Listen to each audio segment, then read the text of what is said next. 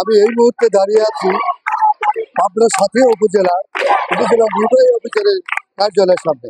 এখানে আমরা দেখতে পাচ্ছি যে পাবনা সাঁথিয়া উপজেলা সাঁথিয়া পাইলট উচ্চ বিদ্যালয়ের প্রধান শিক্ষকের বিরুদ্ধে অনৈতিক কুকর্ম কুপ্রস্তাব সহ অর্থ আত্মসাতের কেলেঙ্কারি দায়ে তার অপসারের দাবিতে শিক্ষার্থী এবং শিক্ষকেরা বিক্ষোভ মিছিল নিয়ে উপজেলা নির্বাহী অফিসারের কার্যালয়ের সামনে এসেছে।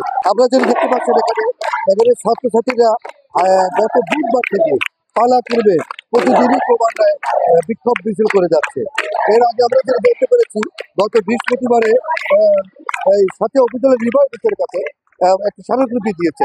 পাশাপাশি 18 জন শিক্ষক মহাপরিচালক শিক্ষা মন্ত্রণালয় মহাপরিচালক বরাবর তারা অভিযোগ দিয়েছেন এই প্রধান শিক্ষকদের।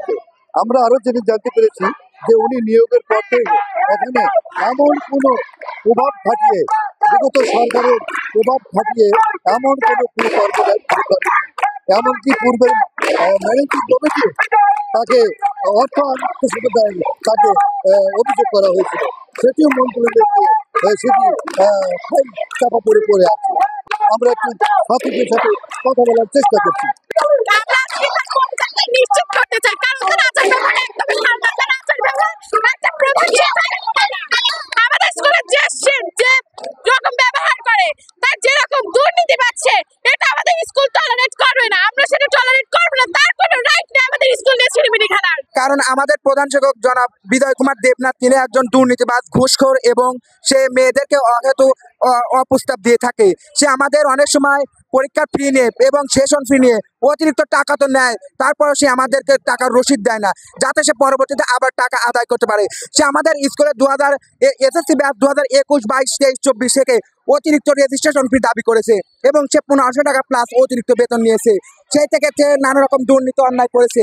এছাড়াও তিনি আমাদের স্কুলে নানা রকম দুর্নীতি অন্যায় করেছে, যেমন তার জন্য আমাদের ভাই বোন ঠিক মতো স্কুলে আসতে পারে না। সে আমাদেরকে নানা রকম হুমকি দেয়। কারণ এর আগেও আমরা তার বিষয়ে আমরা প্রতিবাদ করেছিলাম 2022 সালে। সে এইটার জন্য সে এখন আমাদেরকে হুমকি দামকি দিয়ে থাকে যে তুই প্রতিবাদ করেছিস, আমাকে আজও বলে থাকে যে তোকে আমি ক্লাস 10-এ উঠতে দেবো না।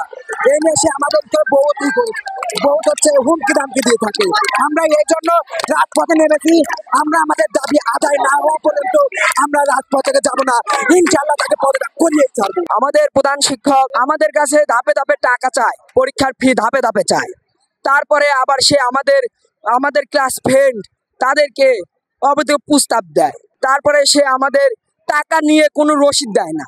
আজকে এই প্রধান শিক্ষকের পদত্যাগ অবসর এই উপজেলা নির্বাহী যাবেন না, তাদের সর্বশেষ আলটিমেটাম।